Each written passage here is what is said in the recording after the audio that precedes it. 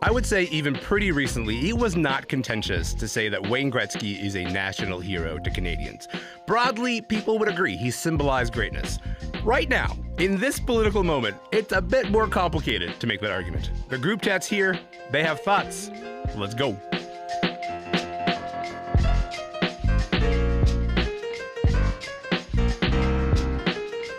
I'm Elamin Abdelmahmoud, and this is Commotion. Listen, why don't we, just for a moment, go back to simpler times.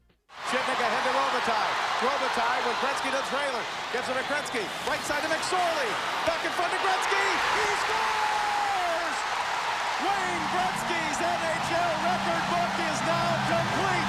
He's the all-time leader in points, assists, and now with his 802nd goal, the all-time leading goal scorer in the history of the National Hockey League.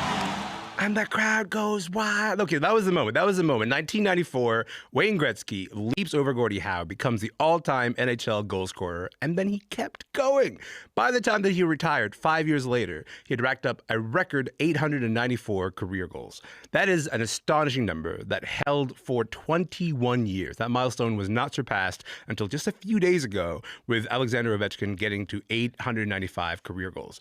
Now, in Canada, I didn't see a lot of the expected mourning of Gretzky's record getting surpassed, but that's because a lot of people in this country are not happy with Gretzky right now. He's been hanging out with U.S. President Donald Trump in the middle of Trump's trade war against Canada, all the annexation threats. Prominent Canadians, you've seen this, right? You've seen prominent Canadians who've spoken out against what Donald Trump has said. Gretzky hasn't. He's remained silent. So I want to get into this. I want to get into what happens when our relationship changes to a Canadian cultural icon. The group chat is here, by the way. Tara Slone is here. Paul Myers is here. Karl Subban is here. Tara and Paul and Karl, welcome to the show, friends. Hello. Hello. It's nice to have you. I'm excited to do this. Look, when your heroes disappoint you, I think it could be a tough thing to talk about. But this is particularly, I think, difficult because we're talking about Wayne Gretzky, someone who, like a lot of people, agree this guy's a legend. Karl, I'm going to start with you on this one because not only are you a longtime hockey fan, you're also the father of 3 NHL players, P.K, Malcolm, and Jordan. Tell me what Wayne Gretzky's represented to you and your family. Well, we've had this dream, and Wayne Gretzky, and the dream really was for my boys to play in the NHL, and maybe I had it, then they sort of took ownership of it. So I saw Wayne Gretzky play at the Sudbury Arena. I'm a little bit 66 and playing for Sault Ste. Marie Greyhounds, and I remember the one game I saw him play at the Sudbury Arena. And he made this move on this defenseman. I think that D player is still looking for his skates, okay? and he captured us at that time, and he's captured the attention of so many Canadians. I met Walter Gretzky in one of the tournaments that PK was in, and he awarded PK Player of the Game. That photo is in my book, how we did it. And and I've been referred to as the ultimate hockey dad, and I look at people and say, no, there's only one. That's Sir Walter Gretzky. I think, Karl, what you're getting at is that, I think there's a place that Gretzky occupies in just the national imagination of people, and the thing about that is that that wasn't just a thing that happened on the ice. I want to play you guys this clip. Take a listen. 7 Up. 7 Up. If anybody needs a 7 Up, it's me. Okay. At last, 7 Up. And he thinks he's the greatest thing on ice. Okay, so he looms over the ice, but also he looms just generally over culture. That is Wayne Gretzky in a commercial for, as you may have heard in there, 7 Up, featuring Wayne Gretzky and also his younger brother Keith. Tara, what was the key to Gretzky's popularity? Not just on the ice, but off the ice as well. I think that he was very Canadian. There was something kind of small boy from Brantford. Yeah, this Brantford kid, this sort of everyman. Like I actually feel like there's a parallel between him and Taylor Swift. Like Taylor Swift is kind of like this like every woman, every girl, right? Yeah. It could be me. Yeah. But he's this kid from Brantford who has this superhuman talent. And so the juxtaposition of the two, I think, just captured our imagination. But then he is this Canadian kid, you know, who's done so well. He's painted by Andy Warhol. He's starring in all, you know, he has this Hollywood wedding. So, but really what he did obviously on the ice was at the time very much superhuman. And not to be forgotten, he led a dynasty too, right? Which is something that actually Alexander Ovechkin doesn't quite have under his belt. The Oilers, you know, as a whole, were sort of part of that great mythology. Right. Like, because you require something like a dynasty to build a mythology. You can't be sort of like a one-off kind of thing. It's like you build a story. Well, the story shifted a little bit because we went from 7-Up commercials and Stanley Cups to this. It was a shocking find for a pair of friends visiting Edmonton who wanted to take a photo in front of the statue. As they got closer to that tribute to Wayne Gretzky, this is what they found. They saw what appeared to be and strongly smelled like feces all over that statue.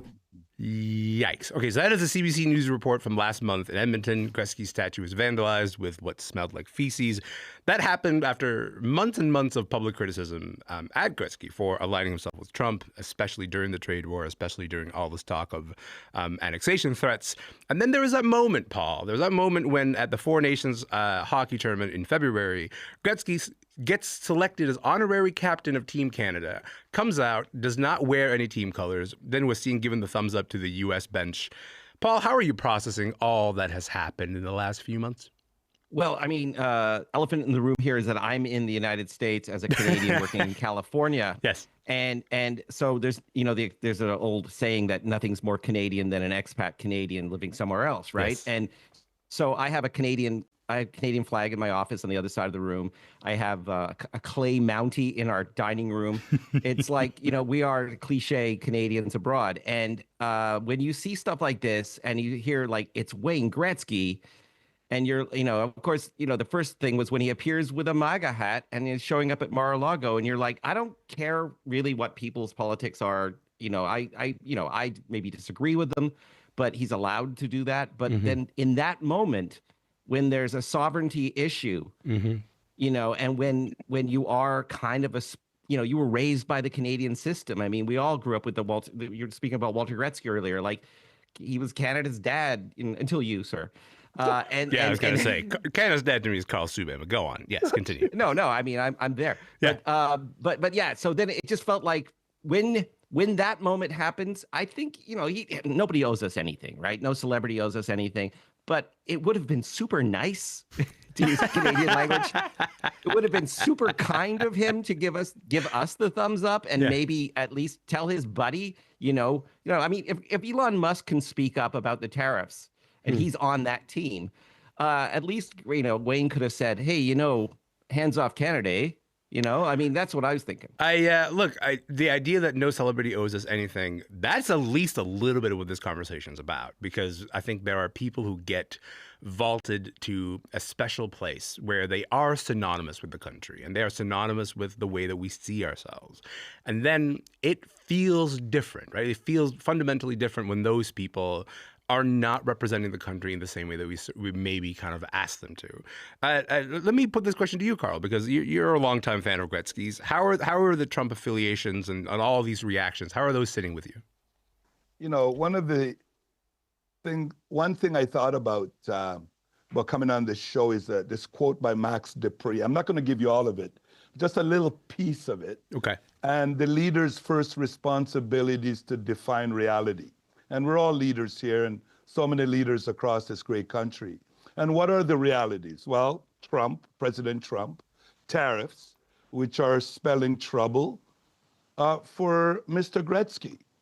And the other reality is when you Google Wayne, and I did Google Wayne Gretzky.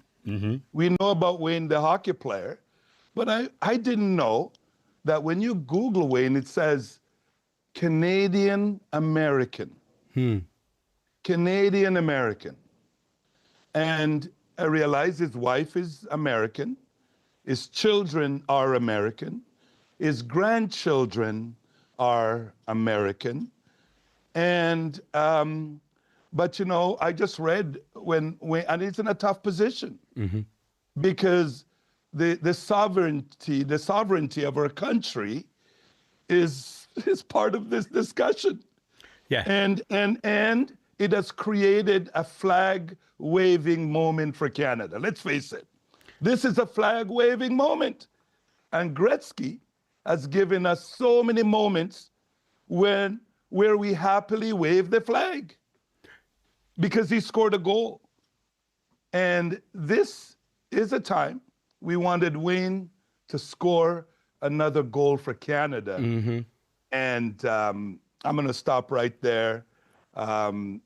There's the next sentence from where you stopped though is that he didn't score another goal for Canada. I mean, like that's what this is about. Like if this is a flag waving moment, and you yourself, you know, for folks listening on the radio, you're wearing a gigantic Canada sweater on you right now as we speak, which is to say that like. It means something to have national figures pick up the flag. It means something to have people sort of represent this country, especially in this moment. And even though he's Canadian American, even though he lives in the United States right now, first of all, let's just be clear. He is feeling the heat from how Canadians are talking about this.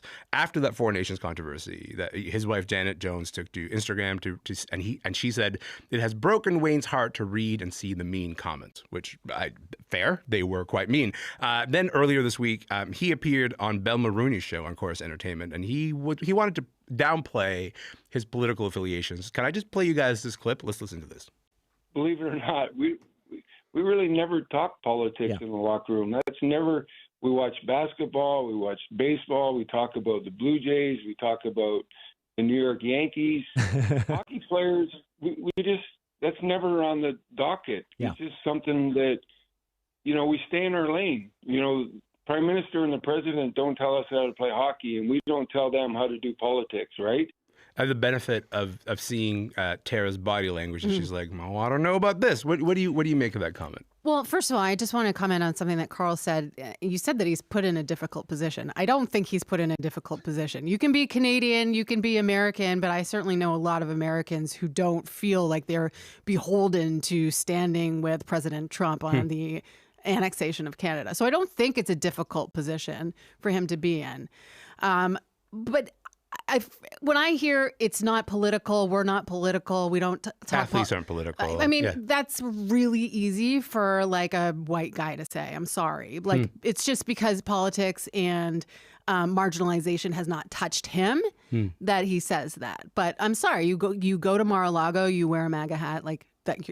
You are inherently that's political. Not apolitical. That is super political. That is specifically a political statement. Yes, I think he's speaking out of both sides of his mouth. I will say, in addition to that, the idea that Wayne Gretzky has not been political in the past, that is a fantasy. He has, in fact, endorsed a political party in this country in several elections.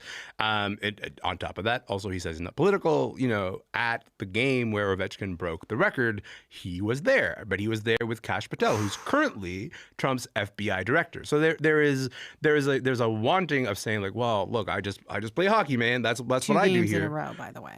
With Kash Patel? With Kash Patel. I didn't realize it was two. 2 games in a row. I saw the one. Yeah. And so to me, like this is all kind of like baked into this conversation of to what extent do you get to say, well, I'm staying out of the politics. Meanwhile, all the signals that you're putting out are in fact inherently political. What's your read on this?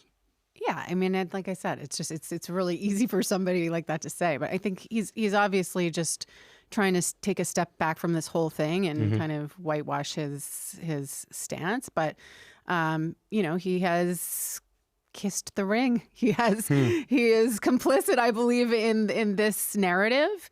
And he has refrained from speaking out where he absolutely could have. I think he could redeem his sullied reputation at this point, but he had the opportunity. He did, you know, he did that radio interview with Bel Maroney this week. Yeah, so he didn't. Paul, let me go back to the point that you were trying to make earlier.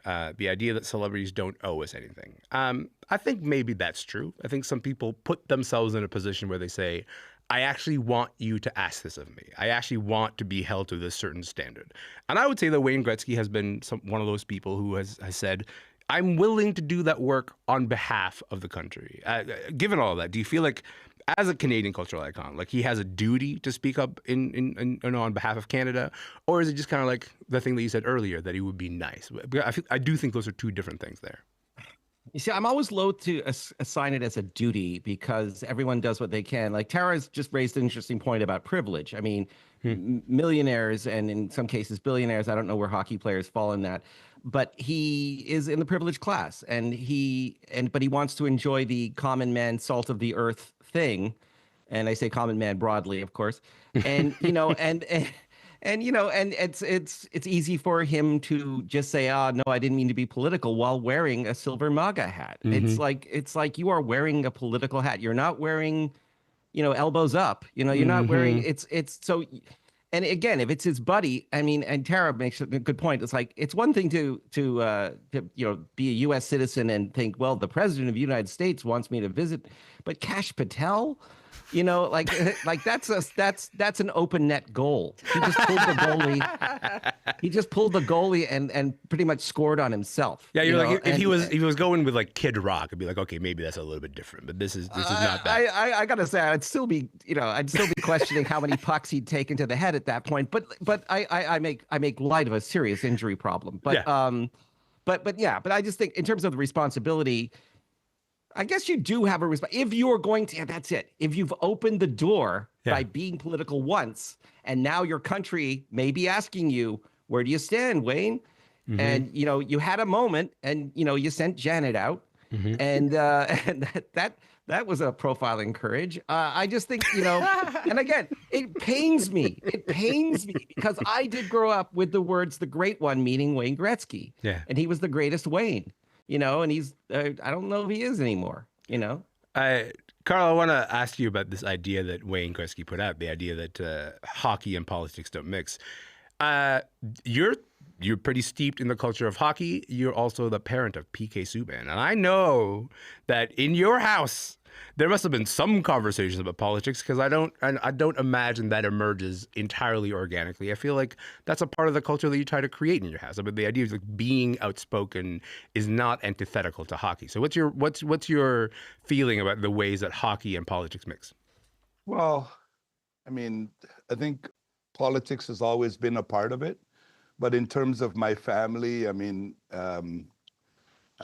never instructed them who to vote for. But all I know, when politics enters the arena, the field, or on the court or in the swimming pool, it can stain reputations and harm relationships. And that's what we see happening here. Wayne Gretzky was great on the ice, and he's moved on from that. But we haven't moved on. And, that's why we are where we are today, and it's a flag-waving moment for Canada, and we want everyone to stand up and wave a flag for Canada. And some people feel that he's not standing up and he's not waving a flag, because maybe he waved goodbye a long time ago. I don't know. I want to sit with that for a moment. The idea that he was great on the ice and he moved on from that, but we haven't moved on from that. Because, I do think this is a little bit about us, a little bit about our expectations and our regular search for people who can represent us and carry the flag on our behalf in moments like this one. If folks are just joining us, my name is Elamin Abdelmahmoud, and this is Commotion. I'm here with Karl Subban and Tara Slone and Paul Myers, and we are talking about the changing attitudes towards Wayne Gretzky in this current political moment. Tara, let's talk about this week. Let's talk about how this week changed things, because Gretzky's career, the big record of the all-time goal scorer, it falls to Ovechkin. Earlier I said 20 years, by the way. I meant 30. It has been 30 years. So that record is held for 30 years. That's my bad. That's on me. I don't know how to do math. Tara, how would you say this whole political cloud hanging over Gretzky has changed how we note that moment or even move through that moment? Well, the whole conversation is so strange because we've got this Trump supporting Gretzky, and then we've got this record being broken by this Putin supporting Ovechkin. Yes. So the whole thing is was like, I mean, who are you more upset with? So, I mean, the whole thing kind of feels a bit shrouded. I heard sports aren't political like a minute ago. Exactly. So, yeah, the whole thing is kind of shrouded in kind of just, you know, these weird political affiliations. Yeah. I don't know. I feel like I hear people talking about how we're not mourning the loss of this record, the breaking of the record. Yeah. I'm not sure that would have been the attitude anyway. You know, I think, I mean, first of all, Wayne Gretzky holds so many other records that will never be broken. So, you know, he's safe in that way. Sure. But also, like, it's the natural evolution of hockey. It's the evolution of the game. I don't know if it will ever happen again, but I think it's great to see, you know, like watching Alexander Ovechkin not just breaking the record, but having an incredible year at his age. I think like we're all kind of cheering it on. It's just that's just good sportsmanship, right? Like this record should be broken, so that's great. It's good for the game. Yeah. But though the conversation itself is an odd one, Right. at this time. It's had weird overtones and undertones in a lot of different directions. Agreed. And obviously people are not speaking so fondly about Wayne Gretzky at the moment. What I like about this table is that like no one at this table really seems to be buying the idea that hockey and politics don't mix. And I think that's, you know, I don't buy that in general. I especially don't buy that, Paul, under these current circumstances. Because when Canada beat the U.S. at the Four Nations hockey tournament, it was kind of like we just beat the terrorists back. Like it was sort of like this this moment of like giant political exhale that the country sort of seemed to really need. And then it's not lost on me that Elbows Up became this gigantic national rallying cry that is a defensive hockey terminology, becoming, you know, the way that we kind of assert our independence and assert our sovereignty. Paul, your brother Mike Myers has been regularly doing the Elbows Up thing as he appears on SNL. He also did that at a pro-Canada commercial that they did at a hockey rink with at the time Prime Minister Mark Carney, now Liberal leader Mark Carney, because we're in the middle of an election. Tell me about how you're feeling about the way that hockey imagery and terminology ends up becoming used as political tools. Well, first, I guess the elephant in the room is, my brother, who I'm very proud of, because he like, we have a text chain, and, you know, and my other brother, Peter, and who lives in Toronto. Yeah. And every day we're talking about, oh my God, can you believe this is going on? And then, so when he decided to reach out to say like, what's going on in Canada, he was going to be visiting Montreal, and he says, I'm going to do this thing. And he just wanted to meet the guy and just say, is Canada going to be okay? Like, it really was, really, and if anyone has followed my brother's career, you've seen that he's consistently been the guy who's asking everyone how's things back home, you know? And he wrote a book called Canada. It's like literally just called Canada. Yeah, and I actually remember when he did that. We, you know, I'm not saying I had anything to do with it directly, but I mean, we were bouncing ideas for it, you know, because so in many ways, it's reflecting how I grew up too. And this is a Canada that we grew up in, frankly. It's not even the Canada of the contemporary landscape. But anyway, my point is that, you know, I loved seeing pictures of Anne Murray wearing a glitter hockey jersey. Yeah, the Junos. That's right. Yeah. And I'm thinking, you know, they radicalized Anne Murray. You know, this is, you know what I mean? She's with the revolution now. I mean, this is like, you know, she's our Patty Hearst. You know, anyway, but you know what I'm saying? And you know, I love that for her, and I love the okay, this is what I'm going to say. I was thinking about Canadian pride too. Like, we're not, and for good reason, we're not like the United States in the way that they express nationalism to the point of like, it's not patriotism anymore. At some point, it's this weird kind of exceptionalism. We are uncomfortable being proud of what it means to be Canadian and the diversity of Canada, but we are super proud of it, and we should be, you know, and I say we, like, I'm working in California, but you know, I know a lot of Canadians. You don't stop being Canadian, right? It's because you're working. If anything, you know, like I'm friends with, not name dropping, but I wrote a book on the Kids in the Hall, and those guys are my friends. And Dave Foley and I talk all the time about being Canadians in America. And there's nothing like more Canadian than a Canadian in America, you know. And anyway, but I do love the fact that we're starting to recognize to look inward at what Canada is, not what it isn't. You know what I'm saying? And I think that would be a great moment from this, is to say, we could so easily have lost if we hadn't stood up to this. And I don't think we will ever lose Canada, I hope. But the fact that somebody threatened it got our elbows up, you know, and that's, to me, that's the spirit of the Gordie Howe imagery, is like you're in the corners checking us. Yeah. Paul, listen to me. I don't talk like this all the time. But hold on, though. Let me just stop you there, because we got to say goodbye to our radio audience. I'm going to hold on to you guys because I think we have a few more things to talk about here. But if you're listening on the radio, this show is called Commotion. We've been talking about Wayne Gretzky's legacy. The rest of this conversation will be on our YouTube stream. Stay on YouTube if you're watching us on YouTube. And then the longer version on the podcast. My name is Elamin. This show is called Commotion. We'll be back tomorrow. Talk to you then.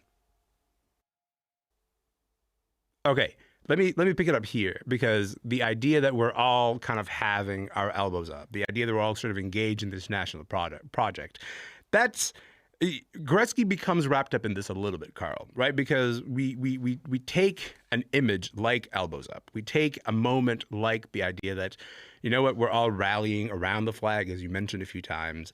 And Gretzky's kind of on the other side of it right now. And that's a new thing for us to contend with, because if you've always kind of associated this person and their image with the country, and then suddenly you kind of have to go, I got to rethink this. That's a hard thing for any country to go through. How do you see this playing out? Do you see Wayne Gretzky being able to restore his reputation in the eyes of Canadians? That's to you, Karl. Yeah. Only time will tell. Mm-hmm. Like I said before, I remember Wayne as a hockey player. I remember Wayne as a national hero.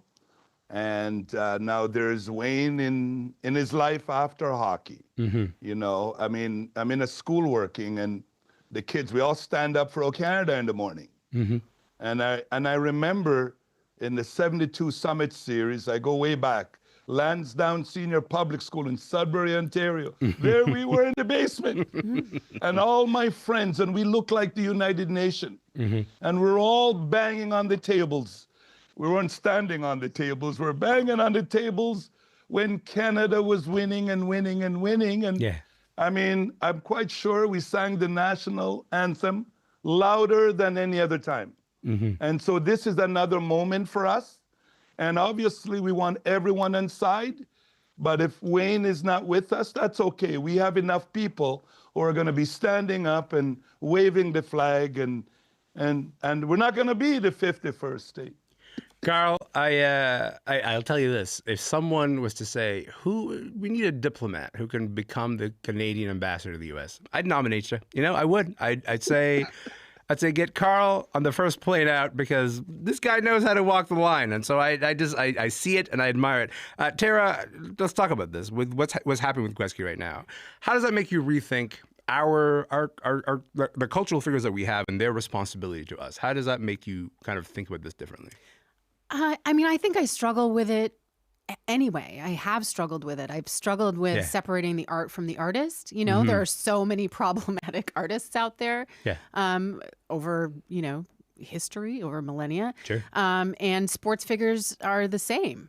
And so I think everybody has to make that choice for themselves, how they compartmentalize or don't. Mm-hmm. And it's fair not to. I think the difference with Wayne is that, he wore the maple leaf, right? Yeah. Like that's really different. He literally asked, right. to carry the flag. Right. So that's a little bit, that feels a little bit different. Mm-hmm. That's why I think it feels like a betrayal, maybe more than it would if it were, I don't know, an actor not speaking up, or I don't know if Keanu Reeves went to the other side or something. It would be like, it just wouldn't feel quite the same.